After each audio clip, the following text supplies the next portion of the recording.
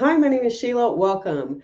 I think I'm just going to now refer to this as the election that keeps on giving.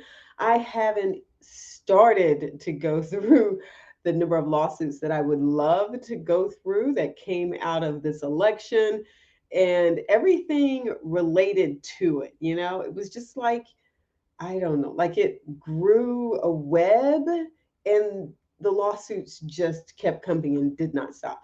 If you remember the January 6th hearings, Ruby Freeman and Wandrea Moss both, well, I think just the daughter may have testified, but we are now going to look at the lawsuit that they both filed against Rudy Giuliani in regards to what he said about them. Now, as usual, if you've watched my videos before, a lot of times I do not look at these lawsuits ahead of time. So I'm actually seeing a lot of this just as you're seeing it too. So sometimes I'm caught off guard by what's being said, but we're going to go through it. We're not going to go through the whole thing because it is 61 pages, but I did get a chance to just sort of glance through it.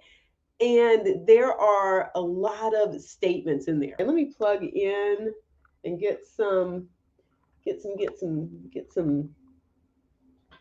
battery here because my laptop is, you guys, my laptop actually caught fire earlier this year while I was working on it. Imagine you're just sitting here working on your laptop and you hear something go psh, and boosh, it just starts smoking. It started smoking and then fire came out of it. But look at it. My laptop still works, you guys. My laptop still works. It's a wonder, right? Can you imagine if I had been out of the room, like say I had gone to the bathroom, I had gone to the kitchen to get something to drink and came back, my whole laptop would be gone. We would not be using this laptop. As Ruby Freeman and Wandrea Moss, through their attorneys, bring this complaint against defendant Rudolph Giuliani. Introduction, the introduction on some of these, I did the one about the relaxers and L'Oreal and Soft Sheen. It was very interesting. It was the history part was really good. Introduction. The conduct of free and fair elections in the United States relies upon the service of nonpartisan election workers. Reason why I won't ever be one. For most of American history, these ordinary citizens have received thanks for their efforts, even from those candidates who have come up short. In the 2020 federal election, however, that venerable tradition was decimated by anti democratic actors desperate for scapegoats, whom they could blame for election results that they refused to accept. Through no fault of their own, plaintiffs Ruby Freeman and Rondrea Shay Moss are among those scapegoats. They served as official election workers in Georgia during the 2020 federal election. Like countless other election workers, they share a patriotic commitment to a free and fair democratic process. As a result of their vital service, Ms. Freeman and Ms. Moss have become the objects of vitriol, threats, and harassments. They found themselves in this unenviable position, not based on anything they did, but instead based on a campaign of malicious lies designed to accuse them of interfering with a fair and impartial election, which is precisely what each of them swore an oath to protect. Defendant Rudy Giuliani bears substantial and outsized responsibility for the campaign of partisan character assassination of Ms. Freeman and Ms. Moss. He orchestrated a sustained smear campaign, repeatedly accusing Ms. Freeman and Ms. Moss by name on television and on the internet and social media networks of committing election fraud in order to alter the outcome of the 2020 presidential election in Georgia. Specifically, defendant Giuliani caused to be published, and foreseeably led others to publish false accusations that Ms. Freeman and Ms. Moss had committed election fraud by, among other things. Okay, so now we're going to go through all of these things. We got a few bullet points here. engaging in a criminal conspiracy along with others to illegally exclude observers during the counting of ballots under false pretenses so they could engage in election fraud, criminally and or fraudulently introducing suitcases of illegal ballots into the ballot counting process, criminally and or fraudulently counting the same ballots multiple times in order to swing the results of the election, surreptitiously passing around flash drives that were not supposed to be placed in Dominion voting machines, and committing other crimes, including participating in something that amounted to the crime of the century. Supposedly, that is a term that Mr. Giuliani used. Defendant Giuliani, a member of former President Donald J. Trump's 2020 presidential campaign team and a former sometime lawyer to Trump, is a key figure in orchestrating and disseminating the conspiracy theory that the 2020 election was stolen from Trump by now President Joseph R. Biden Jr. through coordinated large-scale election fraud cases. Where do we go?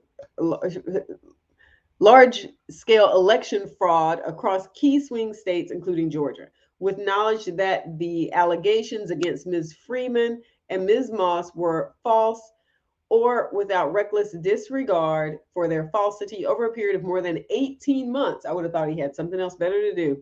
And continuing, even after plaintiffs initiated this action, Defendant Giuliani has relentlessly, repeatedly, and publicly accused plaintiffs of engaging in the illegal act of election fraud among other baseless smears. He has spread these lies in numerous meetings on television, in conversations with incumbent candidate Trump and other Trump campaign members, and on the internet, when it was at least reasonably foreseeable that others would repeat these claims as truth.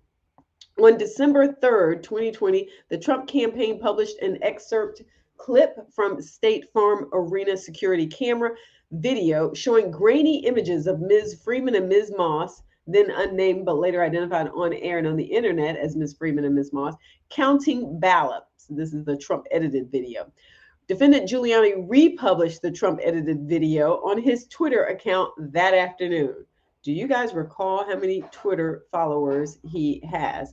Within 24 hours of the original publication by Defendant Giuliani and the Trump campaign of these lies on December 3rd, 2020, Georgia election officials had publicly and definitively debunked the claims about Ms. Freeman and Ms. Moss. They publicly explained in detail what the misinterpreted video did not show. No suitcases, no illegal ballot counting, no election fraud. A full hand recount of Georgia's election results had already confirmed the election results, and by December 7th, so would a second recount requested by the Trump campaign. Through December and January, Georgia's Republican election officials continued to explain to the public again and again that thorough reviews had disproven defendants' false claims and had proven that there had been no illegal or improper ballot counting. Despite knowing that, I just went too far too fast.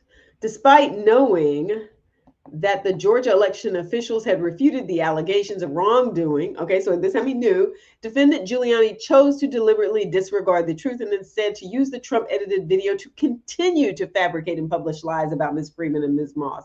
Defendant Giuliani's character assassination of Ms. Freeman and Ms. Moss was deliberate. Around December 2020, Defendant Giuliani launched a strategic communications plan, designed to overturn the 2020 election by engaging in a nationwide communications outreach campaign to educate the public on the fraud numbers during the 10-day period between December 27, 2020 and January 6, 2021. The strategic plan's messaging relied on the following call to action.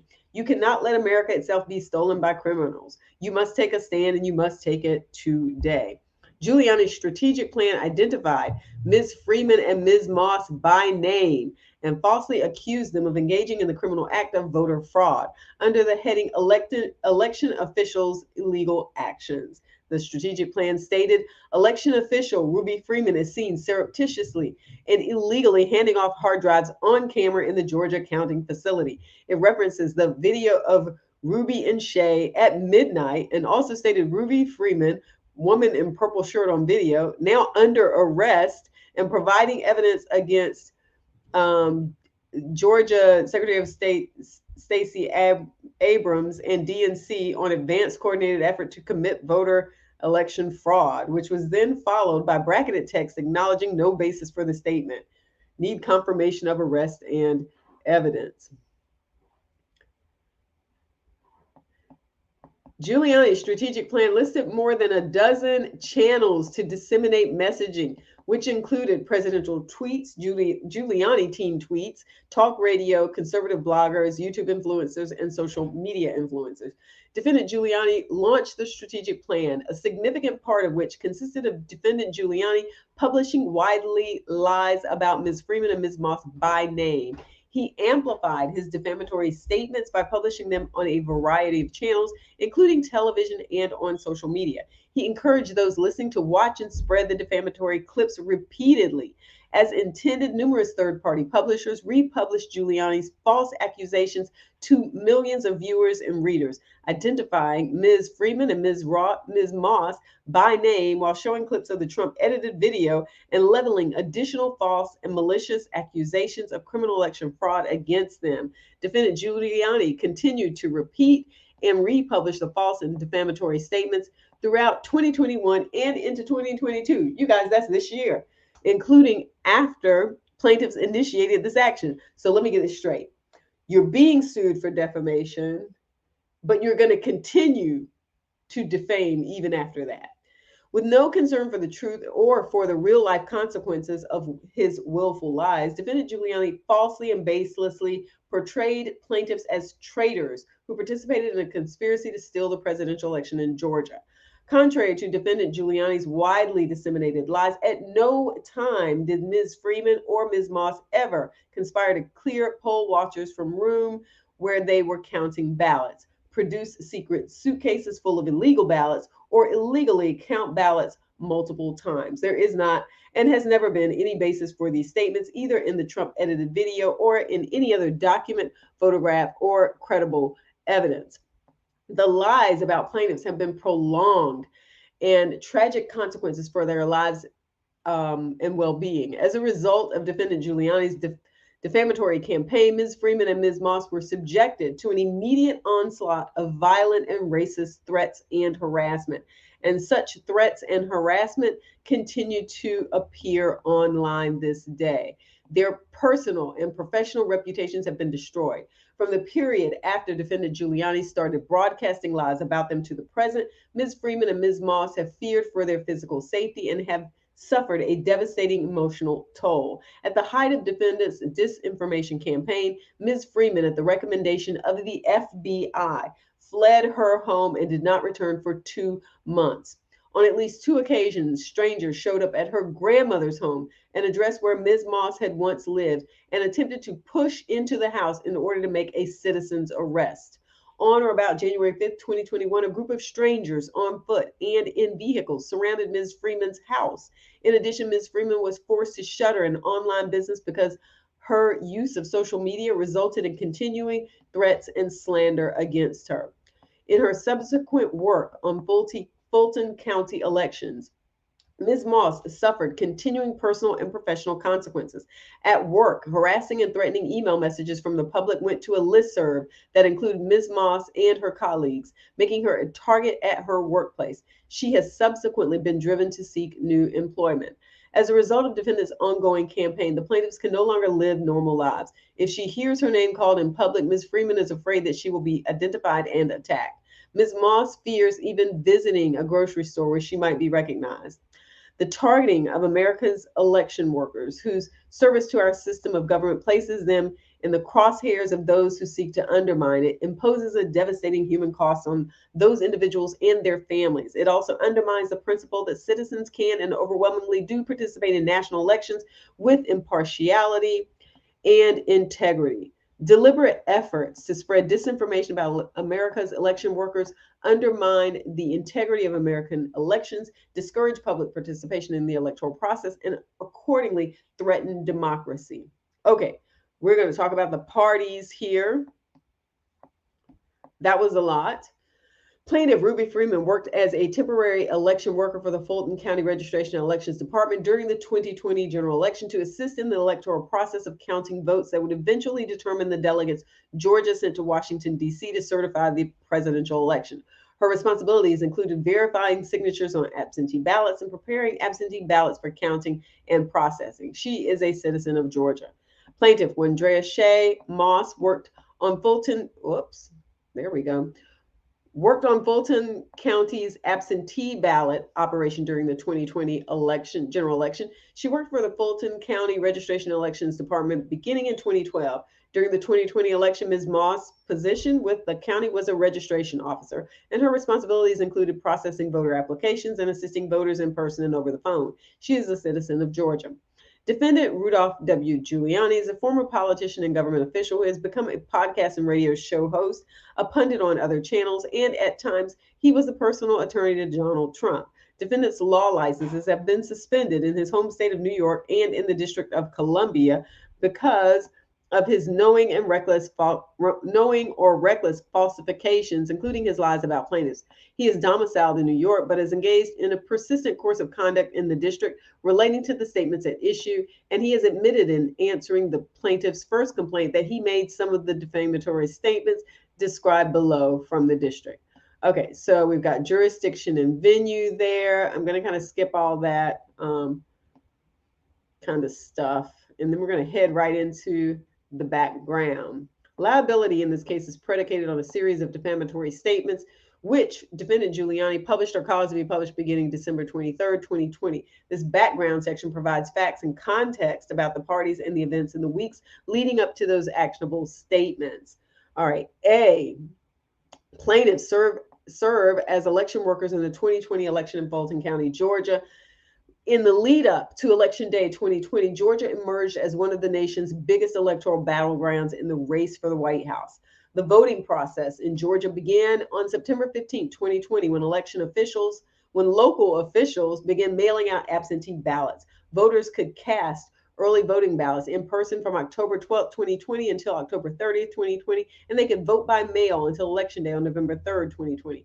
All told, more than 4 million Georgians cast ballots during early voting or via absentee ballot in the 2020 election.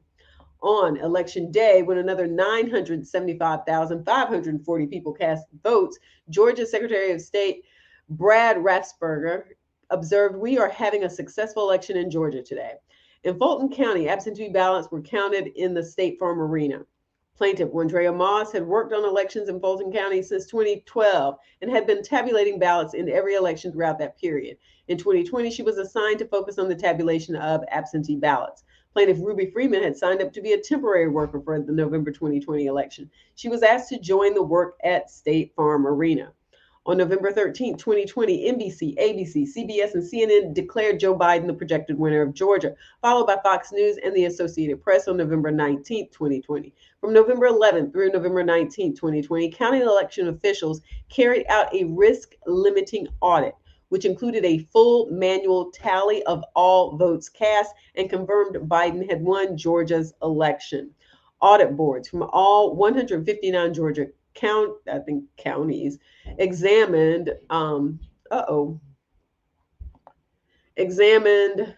41,880 batches, hand sorting and counting each ballot as part of the process, which was the largest, I'm sure it was, hand count of ballots in United States history. According to the audit report, no individual county showed a variation in margin larger than 0.73%. Moreover, 103 of the 159 counties showed a margin variation of less than 0.05%. It concluded the correct winner was reported.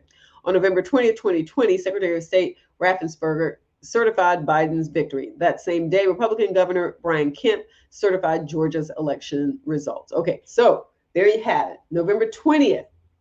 Everybody's saying we're all good. President Trump requested a recount, which was conducted using scanners that read and tallied the votes. The recount was the third tally, because remember now you've done these hand counts. The recount was the third tally of votes in the Georgia presidential race and the third tally to conclude that President Biden had won the election. On December 7, 2020, Georgia officials recertified President Biden's victory of the state's 16 electoral votes. I mean, like, how many times you gonna count this stuff? Defendant, but we want to make sure we're good, right? We want to make sure it's done correctly. Defendant Giuliani and Trump's campaign team spread the lie that election workers had illegally instructed observers to leave and counted thousands of fraudulent ballots unobserved.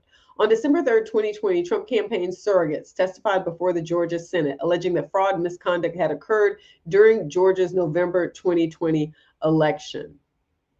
Got a lot of footnotes there. At the hearing, a lawyer assisting the Trump campaign played snippets of the Trump edited video, while a campaign surrogate claimed that Republican observers had been asked to leave the arena in contravention of Georgia law, and that once they were gone, plaintiffs and other election workers produced and counted 18,000 hidden fraudulent ballots, more than the margin of victory in the Georgia presidential race. The surrogate referred to suitcases of ballots stored under a tablecloth, identified the election workers in the room as the lady in purple, two women in yellow, and the lady with the blonde braids also, who told everyone to leave, and stated that one of them had the name Ruby across her shirt somewhere.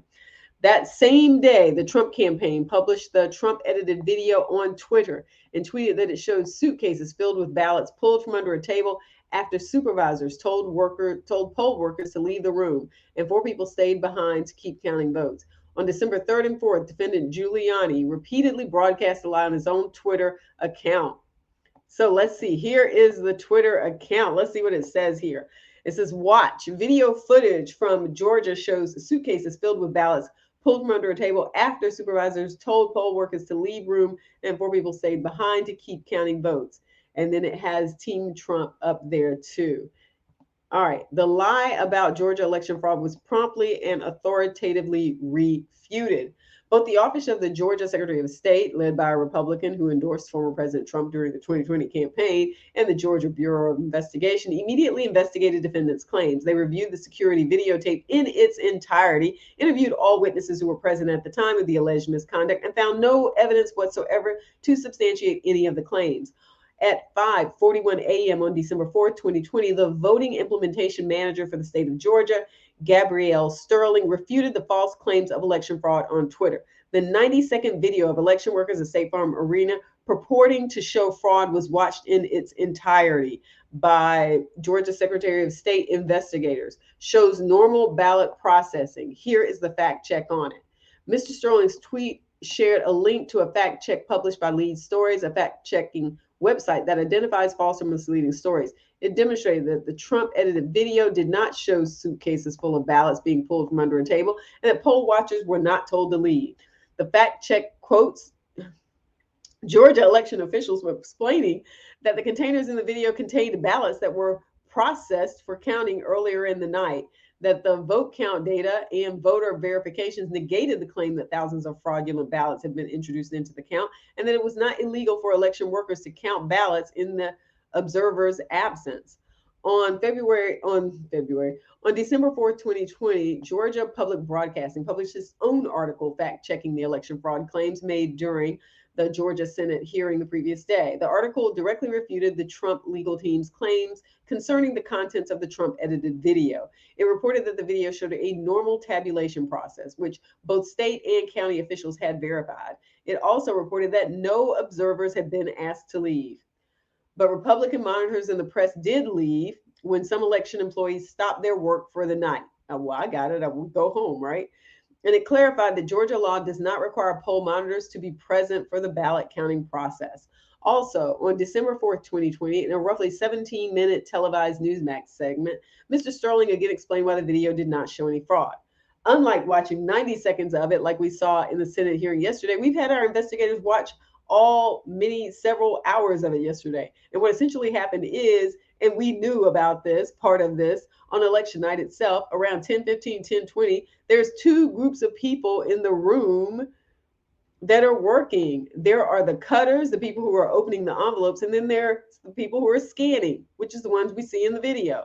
And let's keep a few other things in mind. I've been in this room. It's really obvious there are video cameras everywhere. So they know they're being watched on that front. So what happened was when the cutters once they were done, they were like, okay, we're done. Time to go home. And the media started packing up. And then the monitors kept packing up.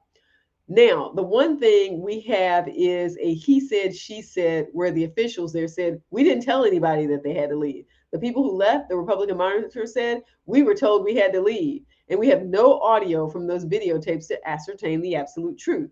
That's what is he said, she said on that front. But when you watch the video, the process, those aren't suitcases. Those are regular absentee carriers used in dozens of counties across the state. That's how they bring those in. Nothing was brought in without the monitors there, so everything was there. There was nothing new brought in. We didn't see somebody wheeling stuff into the room. We saw stuff that was already in the room that the monitors already brought in. And then you saw the processes they're doing. Essentially, what happened? The elections director called the absentee coordinator that's saying, we're not shutting down. Tell them they got to go back to work, because the counting people thought they were also ready, also getting to go home.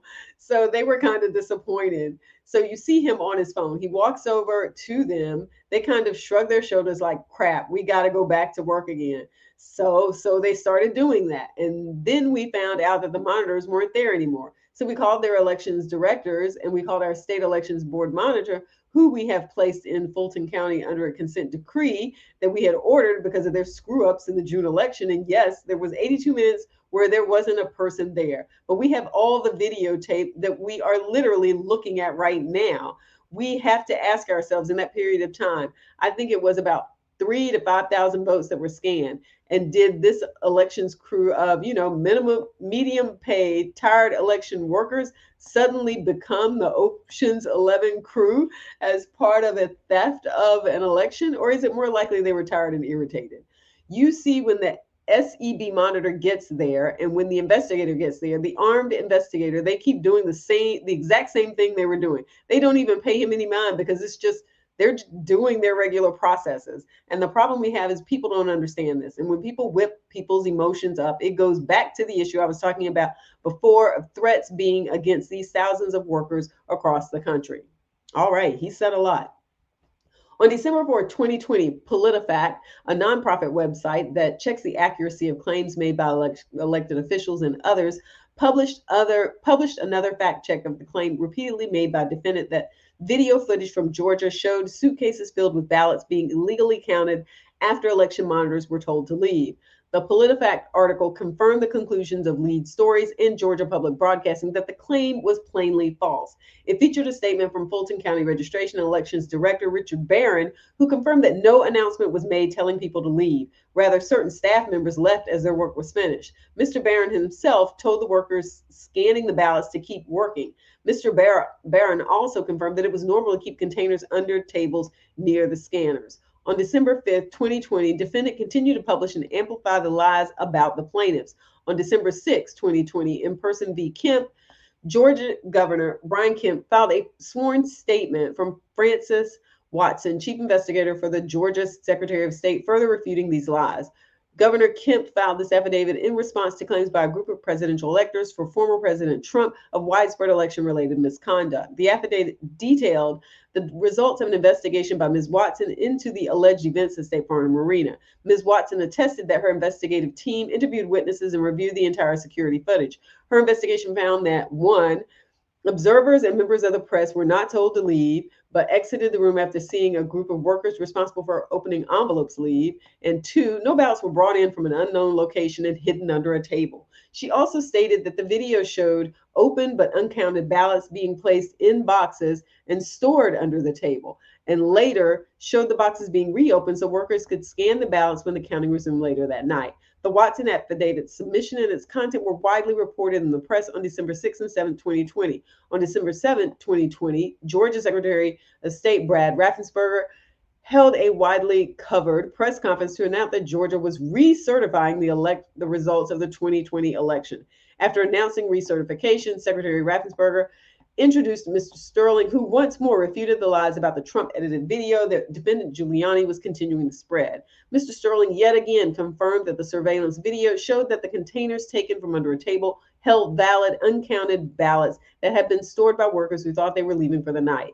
After realizing that they were staying, the workers unpacked the ballots from the containers and resumed scanning them. Mr. Sterling then specifically refuted the claim that plaintiffs had illegally scanned the same ballots multiple times. Okay, so now we have this back and forth. Sterling, is there any other disinformation I missed over the weekend, guys? Reporter, the one I keep hearing over and over is a woman scanning ballots over and over and over again. Can you explain whether machines can count a ballot 3 times?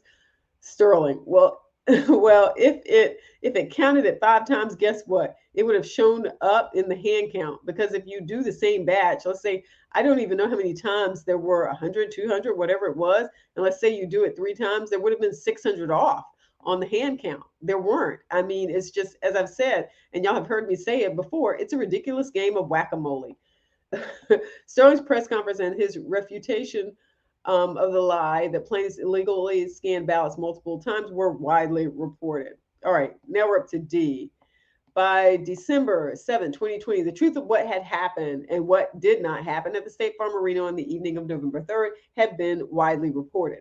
As described above, beginning on December 3rd, 2020, the Georgia Secretary of State and Georgia Bureau of Investigation immediately investigated defendant Guiliani's claims. As of December 7, 2020, from the reported results of their investigations, along with widely disseminated independent fact checks and the reported results of 2 recounts, including a hand recount and a machine recount, generally available public information had definitively established that. Okay, so let's go through what is established.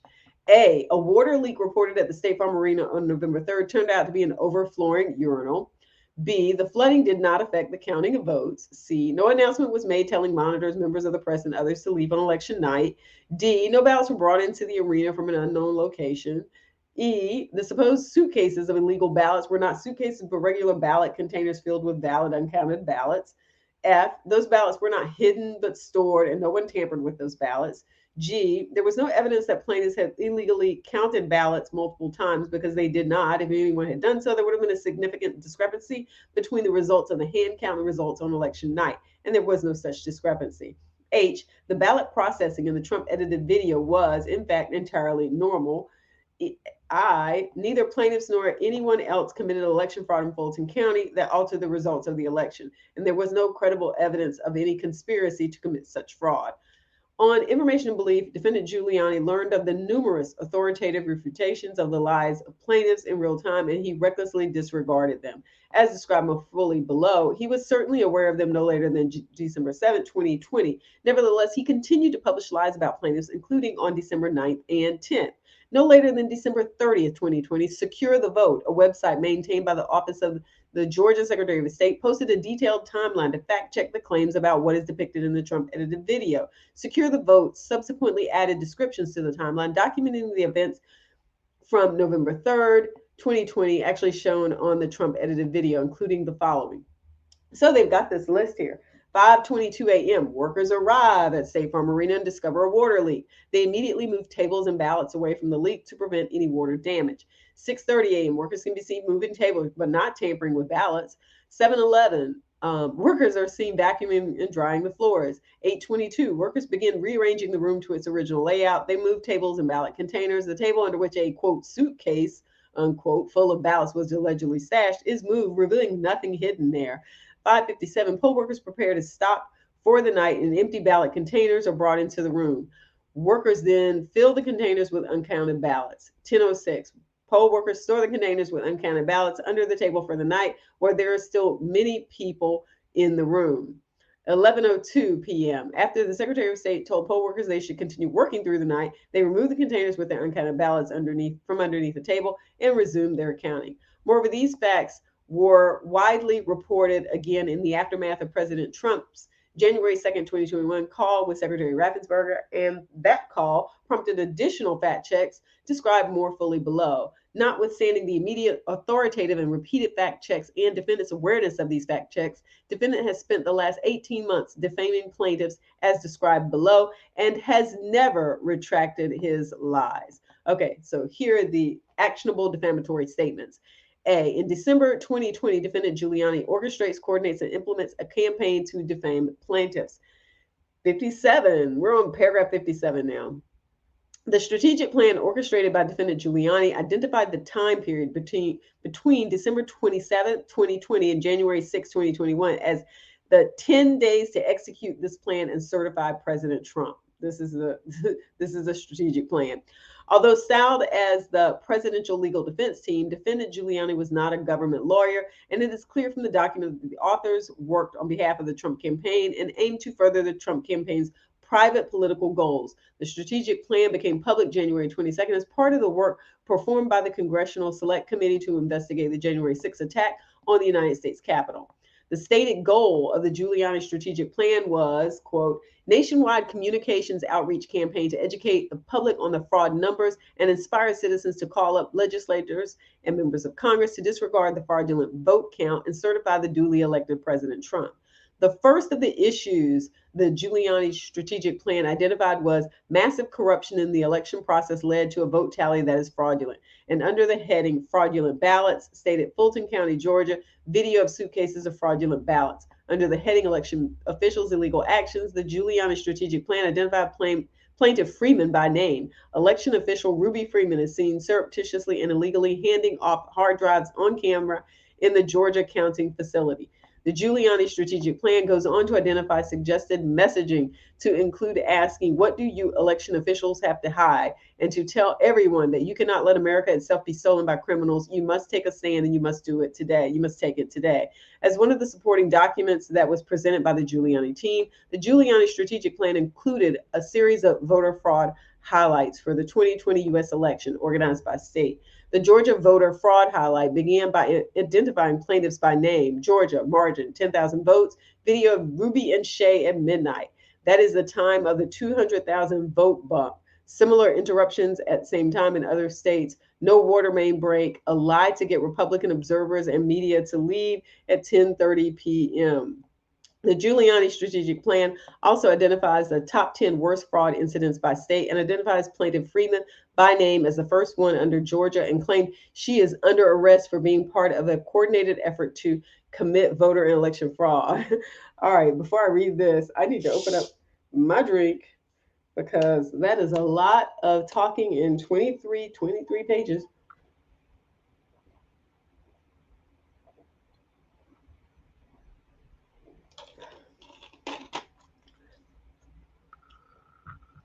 Georgia, suitcase. Video of ballot stuffing when suitcases, container type, filled with ballots, approximately 6,000 in each container. Like, how did they know how many was in each container? Like, where do you come up with this stuff?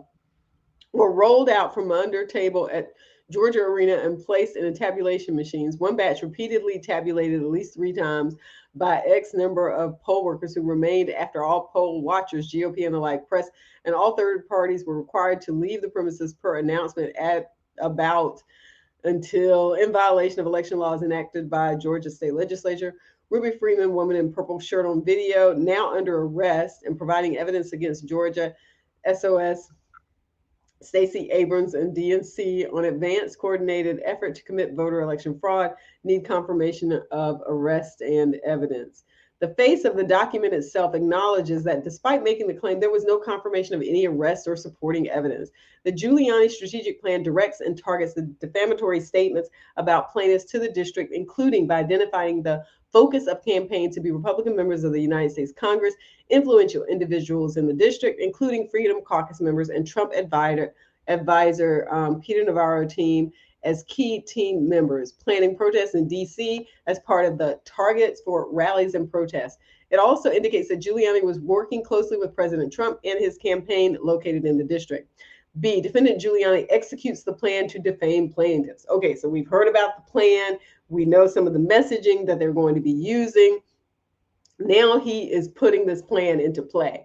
As he carefully planned, defendant repeatedly defamed plaintiffs across multiple widely viewed media platforms. December 30, 2020, episode of Giuliani's Common Sense.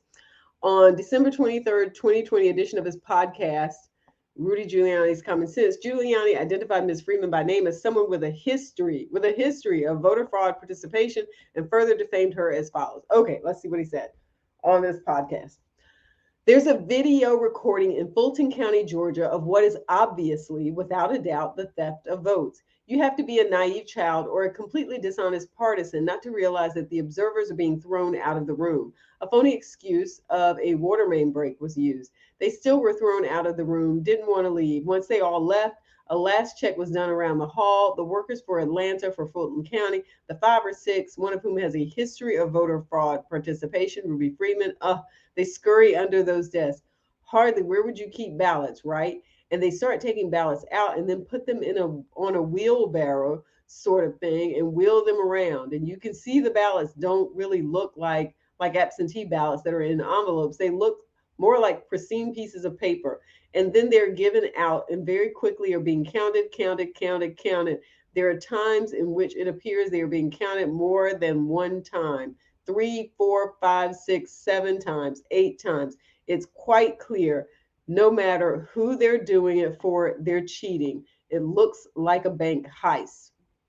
Giuliani and others amplified those lies on social media. For example, One America News Network's social media post about the December 23rd episode of Common Sense linked to an article in the OAN newsroom.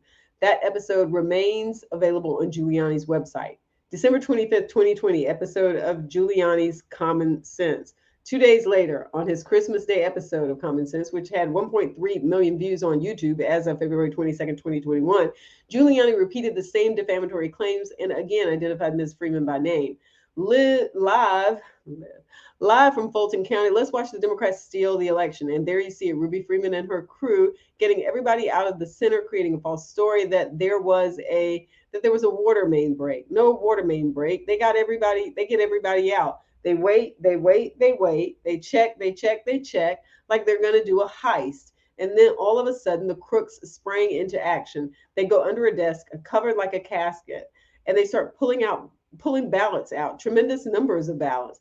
And they bring them over to one counting stand, all the way over here, another counting stand, another, and they keep looking around to make sure nobody's in the room. Every once in a while, you look closely and you can them doing this. Okay, I don't get that part. I'm confused myself.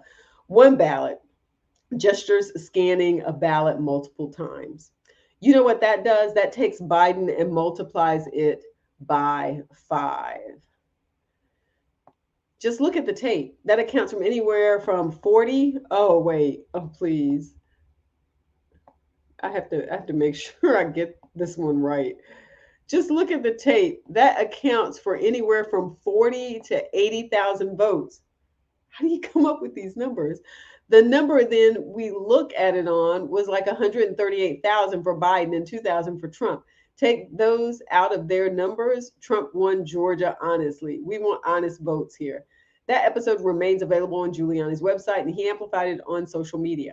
December 30th, 2020, Rudy Giuliani interview by One America's channel, Chanel Ryan. Okay.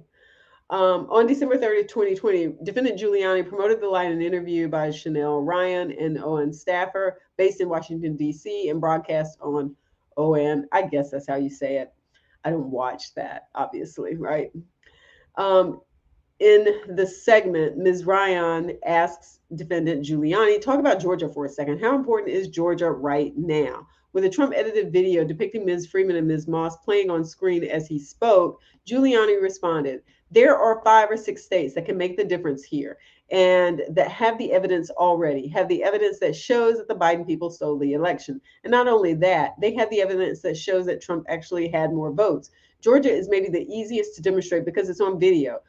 During that videotape, we can all see right in front of our eyes, we can see them stealing votes. We can see them throwing out the people. We can see them counting it 4 or 5 times. We also have the statistics during that period of time.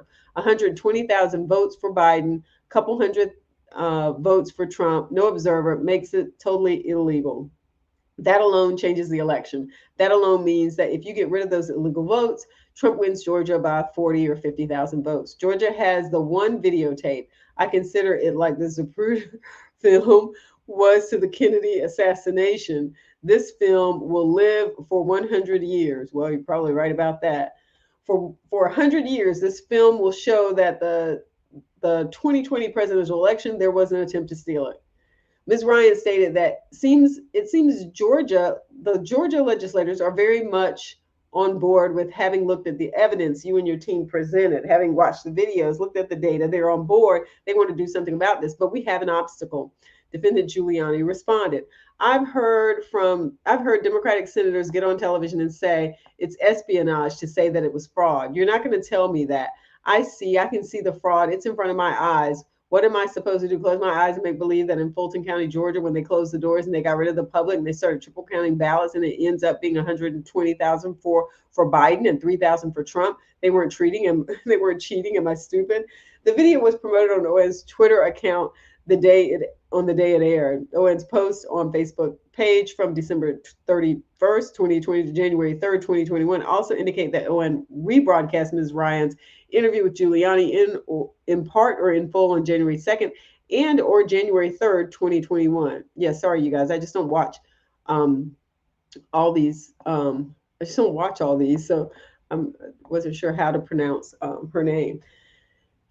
December 30th, 2020 episode of Giuliani's Common Sense. In his December 30th, 2020 episode of Common Sense, Giuliani again reprised his lies about ballot counting in Fulton County on election night. The Fulton County vote counting videotape, which in and of itself proves that Georgia was stolen by us, Joe Biden, and by the Democrats, that one proves it. The first thing that the election workers do is they move out the observers. They make sure there's no one around. They make sure the doors are locked so nobody else can come in. And then at a certain point, they look around again and they go under a table covered by a black blanket and they start pulling out ballots. Now we begin with why are ballots under a table? And then they start distributing those ballots for counting to 2 or 3 different areas where there are counting machines. And you can see it's done very hurriedly. It's done in a way suggesting that they are nervous about what they're doing. And by the way, if these ballots were legitimate ballots, which I doubt they are, they would be entirely illegal. And every one of those ballots would be declared null and void because each one of these ballots is being counted in violation of the law of Georgia. And in fact, there must be public present when ballots are being counted. It looks an awful lot like a bank heist, doesn't it? The video recording of the podcast episode then played the Trump-edited video of Ms. Freeman and Ms. Moss as defendant Giuliani narrated. He said, the videotape is just this one piece of evidence. Don't tell me there wasn't fraud in this election, and don't tell me I can't use the word fraud. That episode, which Giuliani further disseminated on social media, remains available on Giuliani's website. January 2nd, 2021, telephone call between incumbent candidate Trump and Georgia's Secretary of State. On information and belief, defendant Giuliani published defamatory claims about plaintiffs directly to Donald Trump, members of the Trump campaign, and other individuals in Washington, D.C. prior to January 2nd, 2021. On January 2nd, 2021, then President Trump, acting in his personal capacity as presidential candidate, held a call with Georgia's Secretary of State Raffensperger and others, in which Trump asked Secretary Raffensperger to find 11,780 votes to flip the Georgia result in his favor. On information and belief, Mr. Trump was republishing comments made to him by made by defendant Giuliani, and defendant Giuliani encouraged Trump to take the call. During that call, Mr. Trump used Ms. Freeman's name no less than 19 times, reiterating defendant Giuliani's false claims about plaintiffs. For example, near the beginning of the call, Mr. Trump stated, "We had at least 18,000 that's on tape. We had them counted very painstakingly. 18,000 voters having to do with Ruby Freeman. She's a vote scammer, a professional vote scammer and hustler, Ruby Freeman, that is." That was a tape that's been shown all over the world that makes everybody look bad, you, me, and everybody else, where they got number one. They said it very clearly, and it's been reported that they said there was one major water main break.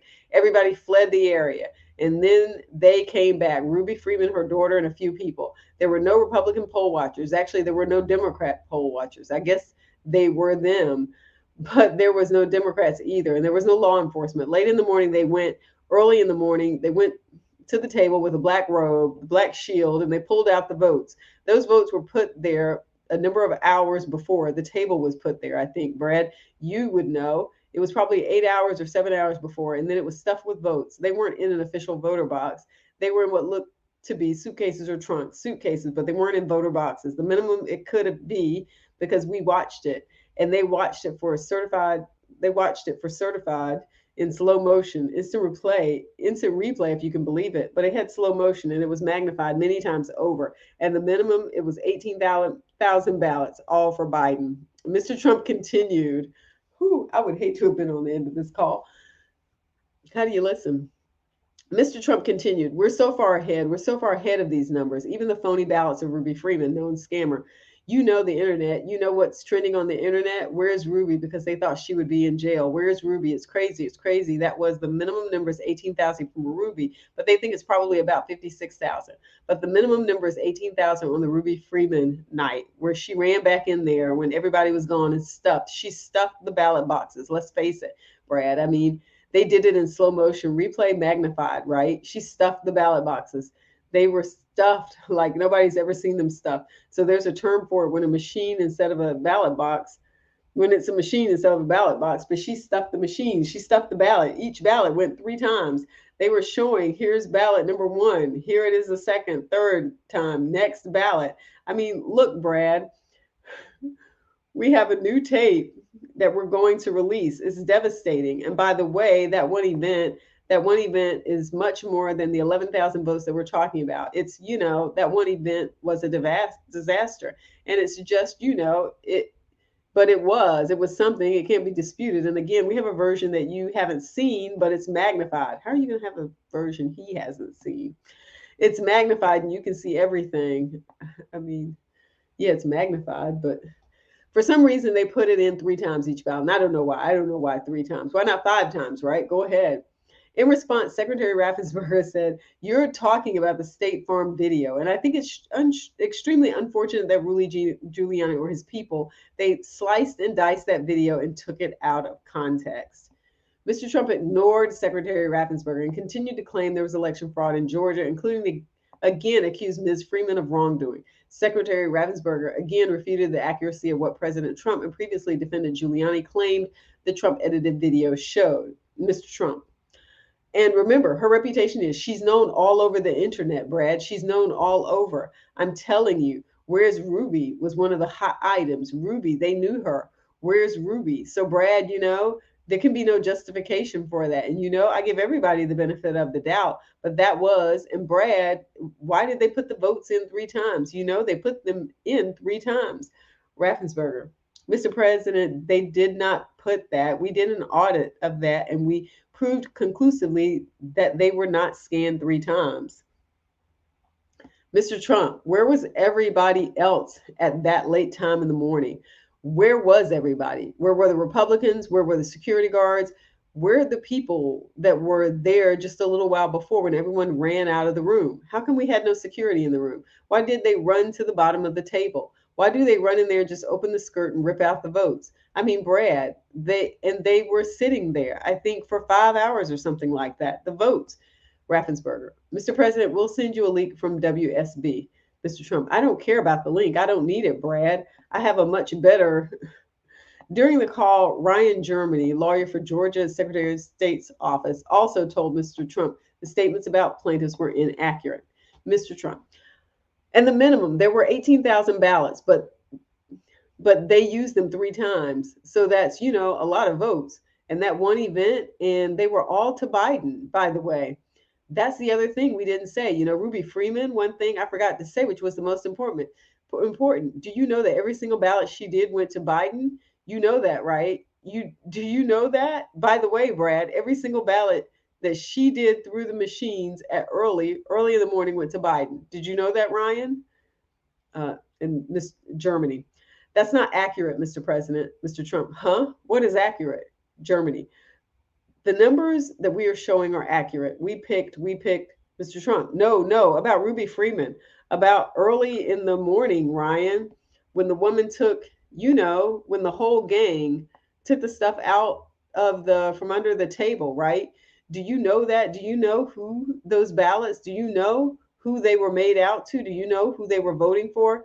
Germany. No, not specifically. Mr. Trump, did you ever check? Germany. We did what I described to you earlier. Mr. Trump, no. Did you ever check the ballots that were scammed by Ruby Freeman, a known political operative balloteer? Did you ever check who those votes were for?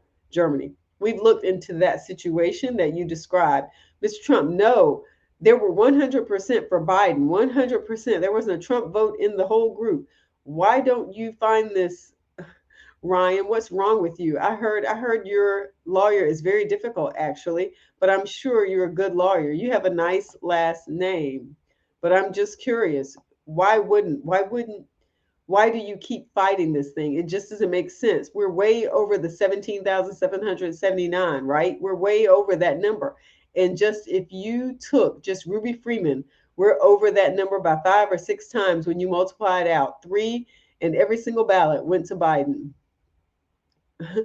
And you didn't know that, but now you know it.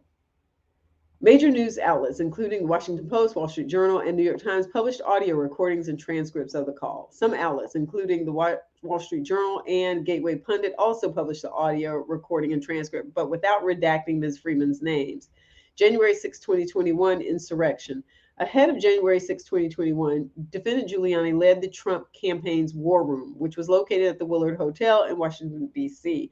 On January 6, 2021, defendant Giuliani joined Mr. Trump for a campaign rally, during which Mr. Trump repeated the lies about plaintiffs that defendant Giuliani began publishing the month prior. In Fulton County, Republican poll watchers were ejected, in some cases physically, from the room under the false pretense of a pipe burst, water main burst, everybody leave, which we now know was a total lie. Then election officials pull boxes, Democrats, and suitcases of ballots out from under a table. You all saw it on television, totally fraudulent, and illegally scanned them for nearly 2 hours, totally unsupervised. Tens of thousands of votes. This act coincided with the mysterious vote jump of up to 100,000 votes for Joe Biden, almost none for Trump. Oh, that sounds fair. That was at 1:34 a.m. January 18, 2021 episode of Owens in Focus with Stephanie Hamill. On the January 18, 2021 Owens report program in Focus with Stephanie Hamill, Giuliani repeated the false claims that Ms. Freeman and Ms. Moss were part of an election fraud scheme. I mean, they pretty much censored it while it was going on. So they would love to turn the page on it. I mean, I get banned from any of the big tech things when I say that not only was there voter fraud, I have evidence of it, I've seen it, I have a motion picture of it. I can show you the voter fraud in living color. It was done in Fulton County, Georgia. It was well over 30,000 ballots were stolen. They were attributed to Biden instead of Trump. Had they been caught and held account for it, Trump would have won Georgia. June 24, 2021 episode of Owens, A Real Story with Natalie Hart. On or about June 14, 2021, defendant appeared on Owens, A Real Story with Natalie Hart, doing an edition dedicated to discussing every red state that went blue due to election changing amounts of fraud. During that interview, defendant Giuliani stated, but for sure there was fraud. You can't say there wasn't fraud. The law of Georgia is that the ballots have to be counted in public. They deliberately threw people out and counted the ballots in private. There's videotape of it. That wasn't enough. I don't know what you've got to do to prove it. They committed the crimes on video. You can see them do it. They lied about it. Then you can see these same people handing off flash drives to each other. The interview continues with the following exchange. Hart. There's so much to talk about, Georgia especially, because Georgia, we saw the tapes. We knew what was going on based on the ballot drops that were happening in other states. But in Georgia, we all saw those suitcases being wheeled out from under tables. We hear about the water leak. There's a leak. How much do you see that as the defining moment? Because President Trump was still winning Georgia Tuesday, Wednesday, Thursday. It wasn't until Friday when they found enough votes that Biden won. Giuliani. Well, I think Georgia is, in terms of proof, the clearest proof. In terms of scope of fraud, Pennsylvania is probably the biggest. But in terms of proof, Georgia has every kind of proof you could possibly imagine.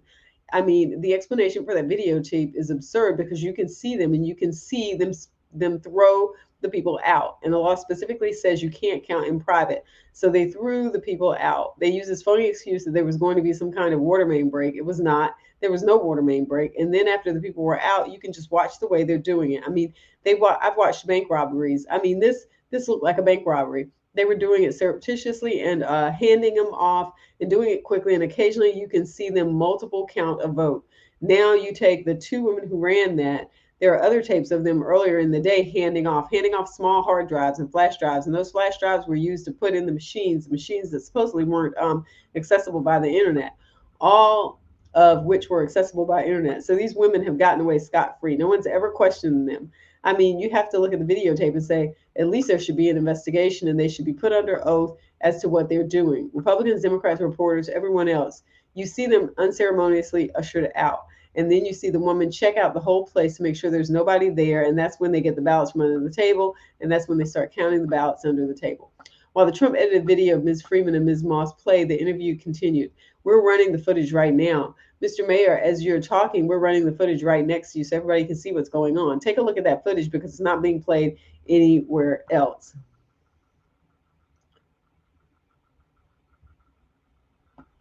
Giuliani, yeah, and now all that was dismissed without a single person being questioned by law enforcement, without a single person having to go under oath. So they allege the phony Secretary of State, and they're all like, well, there were people around somewhere. Well, I don't see them. Why don't you produce them and put them under oath? Why doesn't the DA open an investigation except for the fact that the DA is in a crooked Democratic county? Another thing your listeners should understand, Natalie, is they did this in crooked Democratic cities, not everywhere. This was very, very well planned, executed fraud.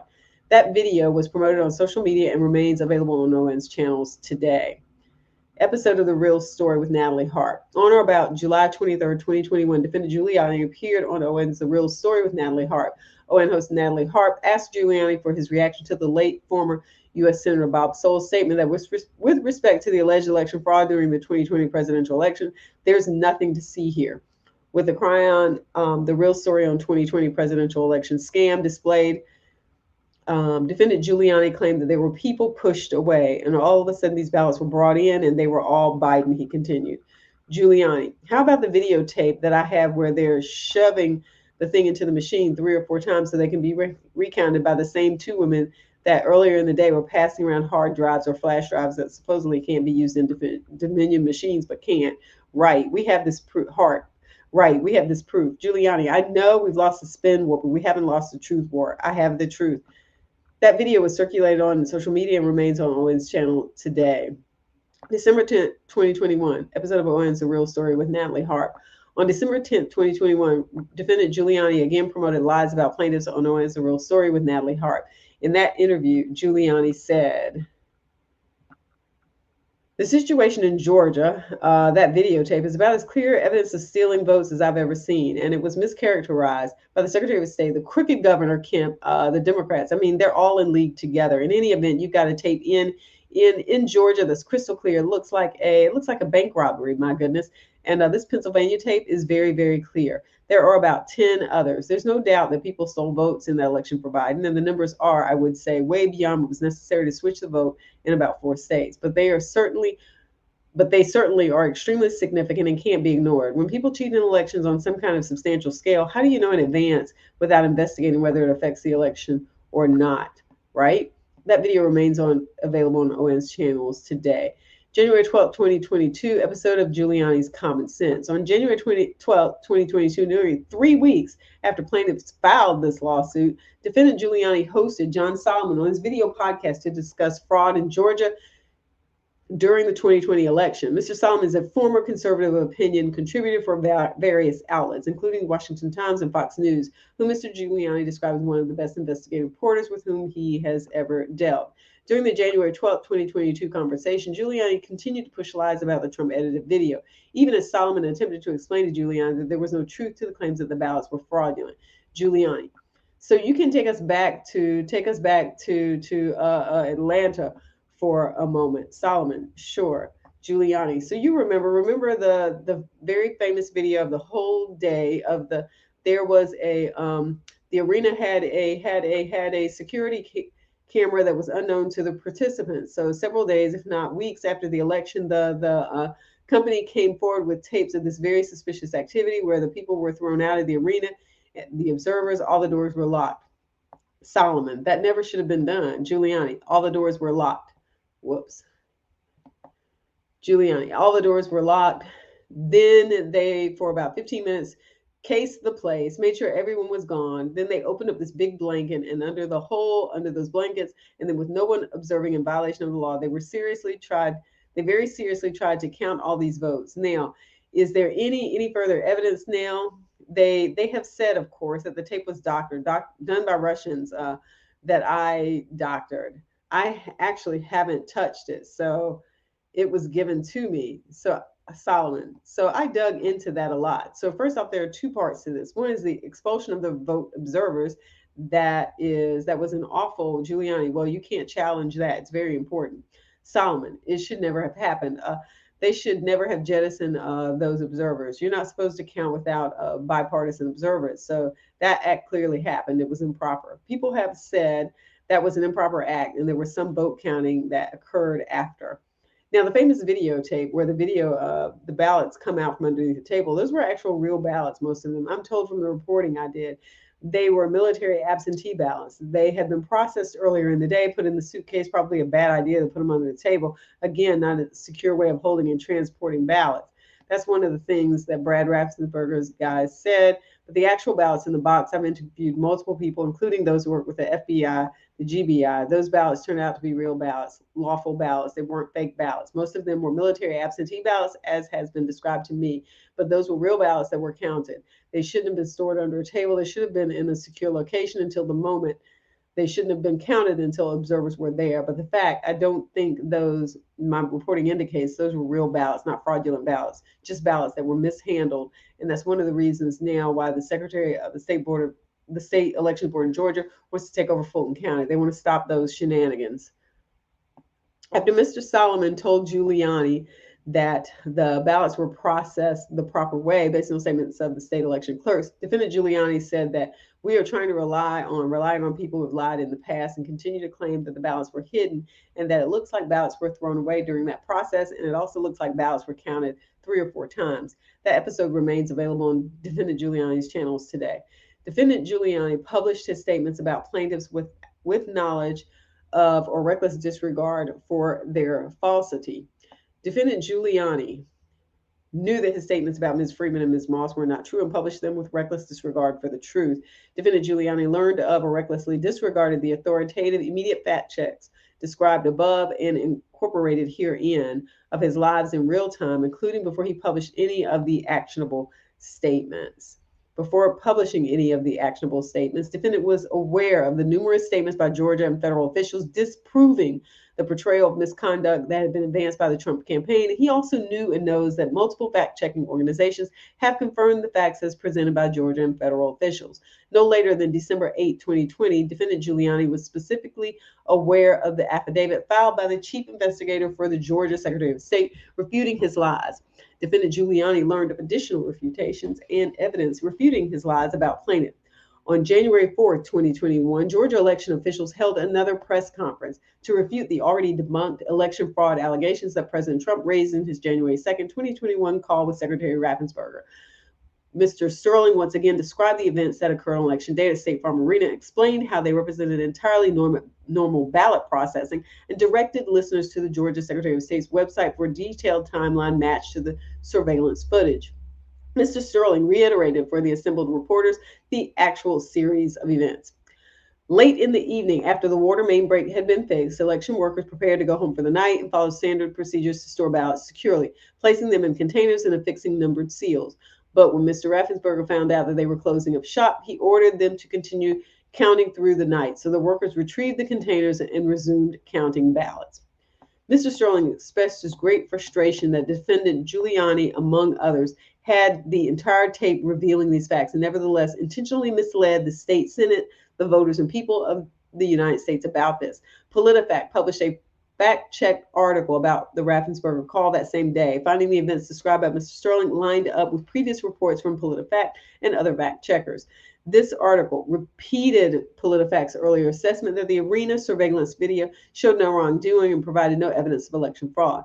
It rated from President Trump's claim that Georgia election officials pulled 18,000 ballots from suitcases and counted them for President Biden as pants on fire false. On January 7th, the fact-checking website Lead Stories debunked the claims that the same ballots were tabulated multiple times. The article quotes Richard Barron, Fulton County Registrar and Elections Director, who said she did not accept the ballots she had run, but instead reran them before accepting the batch. It is no different than with paper jams in a copier. You have to pull it out and rerun it. On January 12, 2021, Carter Jones, who was appointed by the Office of the Georgia Secretary of State to serve as an independent election monitor as part of a consent agreement between the state and Fulton County, submitted his official report about the 2020 general election to the state election board. Mr. Jones was present at State Farm on election night. In his report, he denied observing any double counting of ballots or other election worker malfeasance in Fulton County. From October to January, I spent nearly 270 hours at various locations observing every aspect of Fulton County's election processes. At no time did I ever observe any conduct by Fulton County election officials that involved dishonesty, fraud, or intentional malfeasance. During my weeks of monitoring, I witnessed neither ballot stuffing nor double counting, nor any other fraudulent conduct that would undermine the validity, fairness, and accuracy of the results published and certified by Fulton County. Even when directly rebutted on his own podcast, Defendant Giuliani refused to stop lying about plaintiffs. Defendant continued to consciously avoid the truth and had no credible basis for the false allegations he continued to make. In his June 14, 2021 interview on OAN's Real Story with Natalie Harp, Defendant Giuliani stated that he knew what he was saying on OAN, but he couldn't say on he knew stated that he knew what he was saying on OAN. He couldn't say on any network television in America. And the Wall Street Journal would not print his comments about election fraud.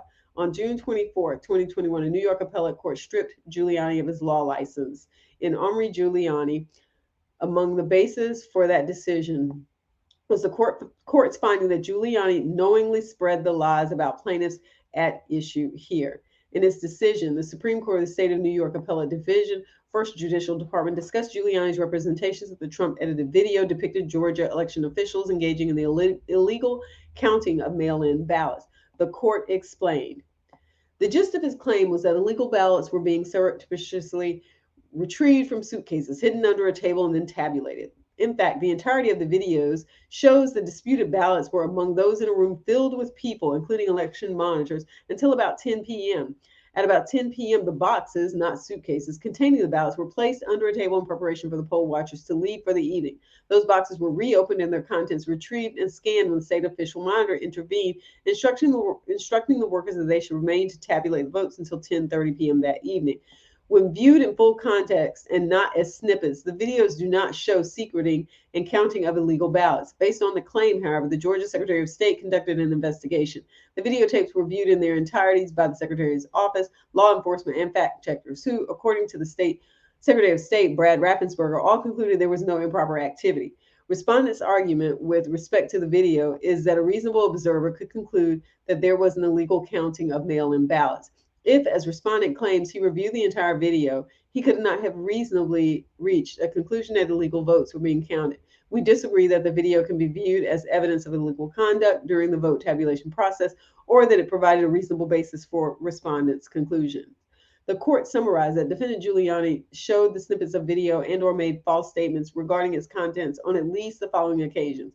The podcast, Rudy Giuliani's Comments on December 4th, 2020, the radio show, Uncovering the Truth on December 6th, 2020, and then again on the same radio show on December 27th, 2020, and January 3rd, 2021, on December 3rd, 2020, at a hearing before Georgia State Legislature, and yet again on December 8th, 2020, and December 10th, 2020, on Defendant's Chat with the Mayor radio program, and on December 19th, 2020, and January 5th, 2021, as a guest on the War Room podcast.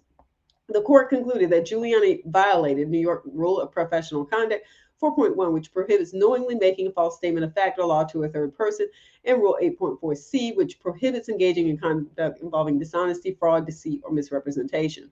On information and belief, defendant learned of the decision immediately. On October 12, 2021, the Georgia Secretary of State submitted a court-ordered statement about the investigations by Secretary and Georgia Bureau of Investigation into the alleged fraudulent and counterfeit absentee ballots in the 2020 general election in Fulton County. The same day, the Atlanta Journal-Constitution published the full statement. Secretary Raffensperger addressed the allegations about, well, let's get rid of that, about counting ballots multiple times. Witnesses told investigators that the ballot scanners were frequently jamming, requiring them to make multiple attempts to scan all of the ballots in each batch. In order to tabulate the ballots, the scanners must first get a clear scan of the entire batch of ballots. Scanning is simply one step in the tabulation process. Once a batch of ballots is scanned clearly and free of errors, the elections worker has to click a separate button on a computer monitor in order to tabulate the ballots. Investigators review the activity logs for the scanners to corroborate the statements of the witnesses, and the paper jams reported by witnesses and shown in the video footage were confirmed by the scanner activity logs. Based upon this evidence, investigators found no evidence of wrongdoing. Secretary Raffensperger's statements incorporated as Exhibit A portions of the transcript of May 5th, 2021 deposition of James Calloway, Chief Deputy Investigator in the Office of the Secretary of State in Jeffords v. Fulton County. In his deposition, Mr. Calloway explained how he determined that plaintiffs did not illegally count ballots multiple times. Question: okay, did you see Ms. Ruby take them off the scanner after scanning them? A: Indicating in the affirmative. They're not tabulated. Question, huh? Answer, they're not tabulated. Question, what are they doing there? A, answer, jammed up. You have to push a button on here to accept it, and she never did that. That's what I was watching. Question, okay, you see she's answer that she's loading it. It jams up. She never pushes accept. She reloads them and does it again. Question, okay, so she's putting them back on again. Answer, when they're scanning like that, it's not record, it's not tabulating. It doesn't tabulate until you get your batch down correctly. You know, you can scan 25 different times and you're not tabulating until you hit the accept button.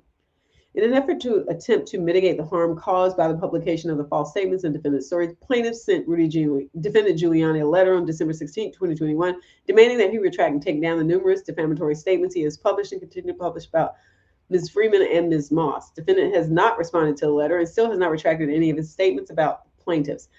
As described above on January 12, 2022, Mr. Solomon informed Guiliani during an interview of Giuliani's podcast that the ballots stored under the table that appear to be in the Trump edited video were not fraudulent.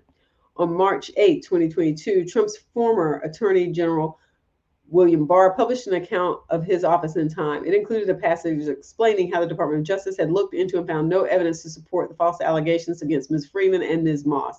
That video footage from Fulton County, Georgia, showed a box of bogus ballots being insinuated into the vote count while poll watchers was absent by December 2020. Mr. Barr explained, throughout the rest of November and into December, the relevant U.S. attorney's offices with the FBI's assistant worked diligently to assist the major fraud claims.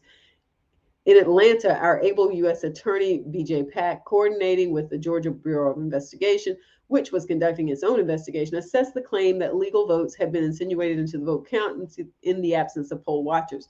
All the video evidence was reviewed and numerous interviews were conducted. He, along with all the others investigating the matter, found no evidence of fraud. Contrary to allegations, the evidence showed that the ballots counted during the relevant period were legal ballots and were not double counted as had been alleged. On information and belief, defendant Guiliani learned of this book in real time. Even after former AG Barr confirmed there was no evidence to support his claims about the plaintiffs, defendant Guiliani did not retract his false claims. On information and belief, at no point in publishing his false statement about Ms. Freeman and Ms. Moss did defendant Guiliani attempt to contact plaintiffs to obtain their account of the events being reported, nor did defendant Guiliani contact for corroboration other obvious available sources. And he specifically avoided contacting sources who had evidence to disprove their lies. Defendant Guiliani ignored the truth and continues to ignore it because he has decided in advance to disseminate a false narrative about election fraud that would continue to benefit his preferred candidate, Donald Trump. Defendant also advanced this predetermined fictitious storyline in the face of facts because he believed it to be personally advantageous to do so. He was motivated to publish lies about plaintiffs because lying about the election results was more profitable than reporting the truth. Defendant consciously avoided the truth in order to increase his profile and to profit from the repeated publication of scandalous material. Defendant's publications about voter fraud throughout the 2020 election cycle increased his media reach and engagement. His broadcasts about voter fraud in particular performed well, and on information belief, he earned increased advertising revenue by publishing and republishing such well-performing falsehoods about plaintiffs.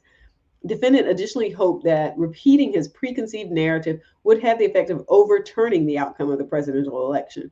In particular, defendant directed his media appearances to state and federal legislators within and without the District of Columbia, as well as their constituents, and to state and federal officials within and without the district, with the goal of pressuring those legislators and officials to act unlawfully to refuse to certify electors for President-elect Biden, decertify electors for President-elect Biden, unlawfully certify electors for Trump, recognize only those electors for Trump, and or to refuse to recognize electors for President-elect Biden. Defendant's lies about plaintiffs were inherently improbable from the start and became far more so over time, as no evidence ever emerged to support his claims, and all of the evidence that did emerge proved those claims false. Defendant Guiliani caused plaintiffs substantial harm with his false statements about Ms. Freeman and Ms. Moss that can constitute defamation per se. Defendant Giuliani's defamatory campaign published or caused the publication of statements that assert and or imply Among other things, one, Ms. Freeman and Ms. Moss engaged in criminal conspiracy along with others to illegally exclude observers during the counting of ballots under false pretenses so they could engage in election fraud. Two, Ms. Freeman and Ms. Moss criminally and/or fraudulently introduced suitcases of illegal ballots into the ballot counting process. Three, Ms. Freeman and Ms. Moss fraudulently counted the same ballots multiple times. Four, Ms. Freeman and Ms. Moss were involved in surreptitiously passing around flash drives that were not supposed to be placed in the Dominion voting machines.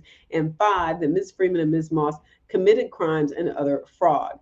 These claims are false and constitute defamation per se. Defendant Guiliani is directly responsible for the reputational harm that Ms. Freeman and Ms. Moss experienced. Defendant Guiliani launched and executed a strategic plan that specifically included naming Ms. Freeman and Ms. Moss and widely disseminating statements accusing them of committing crimes. Defendant Giuliani's statements and those published as a result of his strategic plan reached millions of people. For example, he was a frequent guest on OAN, which claimed to have had 35 million subscribers and that its total views at any given time could range from about 150,000 to upwards of 500,000. On December 1st, 2020, before defendant began to defame Ms. Freeman and Ms. Moss, Georgia Voting Implementation Manager Sterling had made clear what he believed were the likely consequences of the continued attacks on Georgia's election system. Someone's going to get hurt. Someone's going to get shot. Someone's going to get killed, he stated in a news conference. Defendant Giuliani pressed forward in spite of that and other warnings, and in doing so directly contributed to Ms. Freeman and Ms. Moss receiving almost immediately an onslaught of extremely violent and graphic threats and dangerous harassment. A, defendant's conduct has harmed Ms. Freeman. Ms. Freeman sought intervention from the local police. A local officer answered more than 20 harassing calls to Ms. Freeman's cell phone. Despite these efforts, Ms. Freeman was ultimately forced to change her phone number and email address. On multiple occasions, strangers camped out at Ms. Freeman's home and/or knocked on her door. When Ms. Freeman was not home, she would answer the door. These strangers would sometimes also harass her neighbors. Strangers were coming to her home so frequently that the local police agreed to add her address to their patrols of the area. During this time, multiple pizza deliveries showed up at her home that she and her family had never ordered. This is an often chronicled result of being doxxed. The term for when strangers post and share a target's personal information is a means to organize a coordinated harassment campaign. Christmas cards were mailed to Ms. Freeman's address with messages like, Ruby, please report to the FBI and tell them you committed voter fraud. If not, you will be sorry.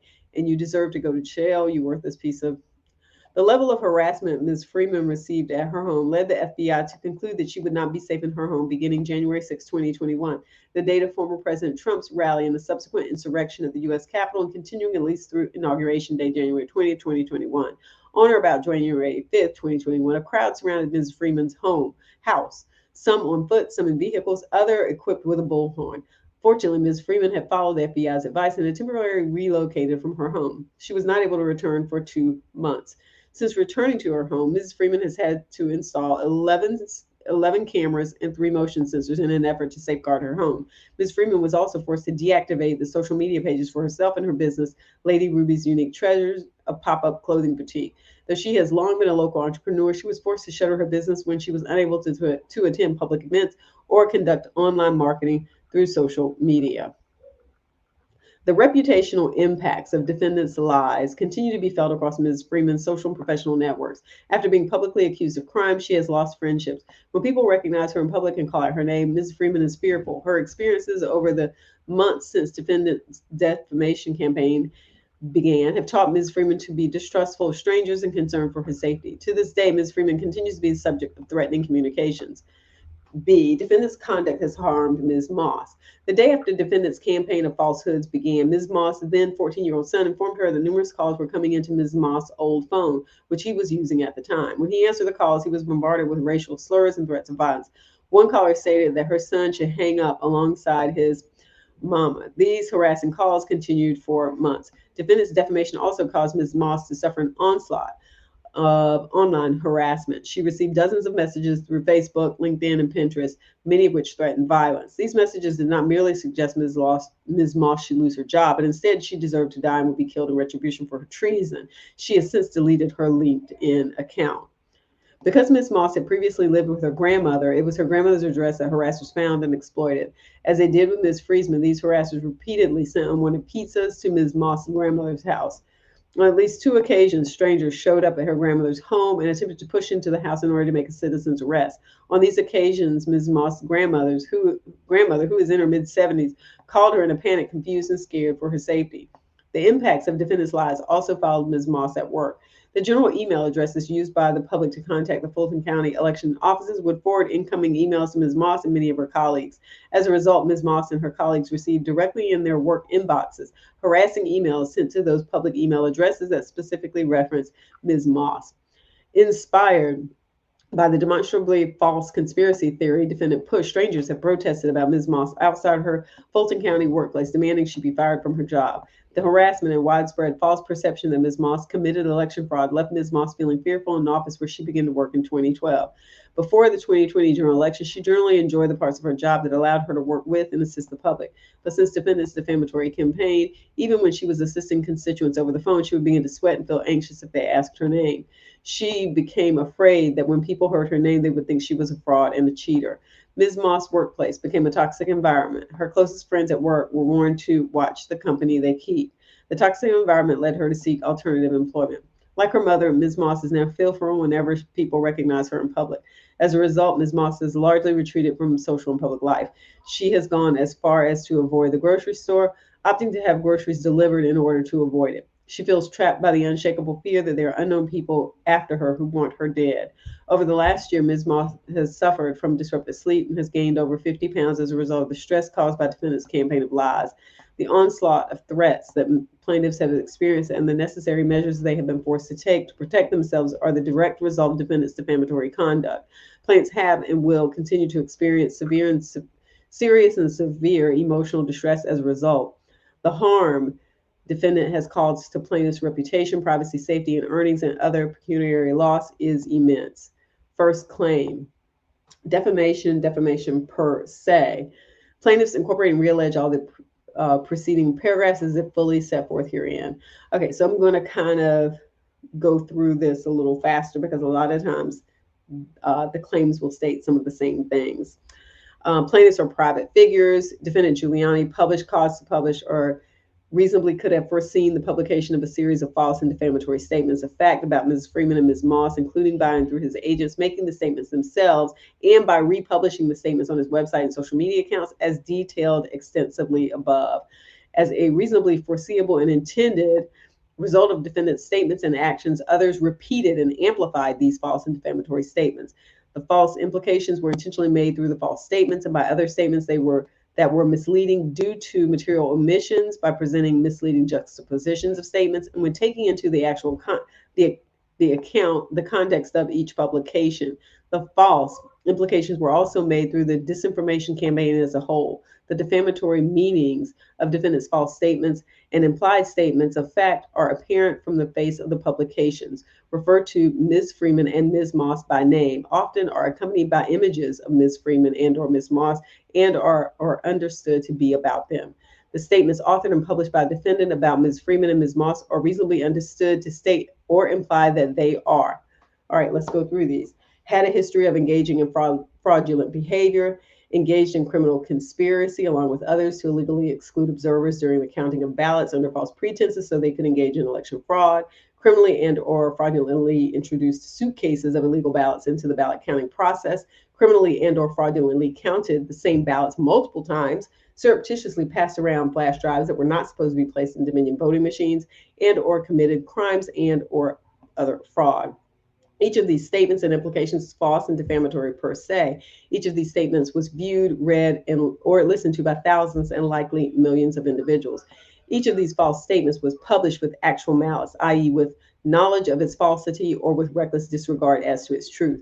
At a minimum, defendant acted negligently, that is, without an ordinary degree of care in assessing or investigating the truth of the statement prior to publication. Defendant failed to contact and question obvious available sources for corroboration, disregarded reliable sources refuting his claims, had no credible basis for the false allegations made, and published his allegations in a manner to create false inferences. Defendant had both financial and political motives for promulgating lies about plaintiffs. Defendant did not neutrally report the allegations about Ms. Freeman and Ms. Moss that were advanced by fellow members of the Trump campaign and promptly disproven by Georgia election officials, nor did he acknowledge the actual facts. Instead, he endorsed and adopted the false allegations as his own, publishing and republishing them for months with full knowledge of their falsity and reckless disregard for their truth. Defendant had no applicable knowledge or legal authorization to make these false and defamatory statements, or if he did, he abused it. Defendant's statements and implications about Ms. Freeman and Ms. Moss constitute defamation per se, in that they damage them in their trade, office, or profession, and claim that they participated in criminal activity punishable by law, and labeled them a robber and a cheater. Defendant acted with willful misconduct, malice, fraud, wantonness, oppression, and/or entire want of care, which would raise the presumption of conscious indifference to consequences. And he specifically intended to cause Ms. Freeman and Ms. Moss harm. Defendants' statements damaged Ms. Freeman's and Ms. Moss's reputations in the general public, in their professions, in their church communities, in their neighborhood, and with friends, relatives, and neighbors. As a direct and proximate cause of defendant's conduct, Ms. Freeman and Ms. Moss have suffered significant general, actual, consequential, and special damages, including, without limitation, impairment of reputation and standing in the community, personal humiliation, mental anguish and suffering, emotional distress, stress, anxiety, lost earnings, and other pecuniary loss. Among other things, Ms. Freeman has lost income. Then we have a second claim for intentional infliction of emotional distress. Plaintiffs incorporate and reallege all of those. Defendant Guiliani's campaign of false and defamatory accusations directed specifically at Ms. Freeman and Ms. Moss was malicious, wanton, and intentional. Defendant's wrongful conduct is so outrageous in character and so extreme in degree that it is beyond all possible bounds of decency and is regarded as atrocious and utterly intolerable in a civilized community. Defendant Guiliani carried out his campaign with actual malice, as he either knew that his accusations were false or published them with reckless disregard for their truth. Defendant's wrongful conduct was extreme and outrageous, and it was calculated to cause harm to Ms. Freeman and Ms. Moss. Defendant acted with willful misconduct, malice, fraud, wantonness, oppression, and/or want of care, which would raise the presumption of conscious indifference to consequences, and he specifically intended to cause Ms. Freeman and Ms. Moss harm. Defendant's wrongful conduct had its intended effect. All aspects of plaintiff's lives have been altered as a result of defendant's actions, including such simple things as where to live, how to go out in public, and when to see family and friends. This result was entirely foreseeable. Plaintiff's conduct is so outrageous in character and extreme in degree as to be beyond all bounds of decency. It should be regarded as atrocious and determined intolerable in a civilized community. Defendant's wrongful conduct has inflicted severe emotional distress on plaintiffs. They have suffered mental reactions, including fright and fear for their safety, horror and helplessness in the face of intense hatred directed at them by defendant and his viewers, listeners, and readers, anger, anxiety, sleeplessness, shame, and humiliation. The emotional distress this defendant caused to be inflicted on Ms. Freeman and Ms. Moss was so severe that no reasonable person could be expected to endure it.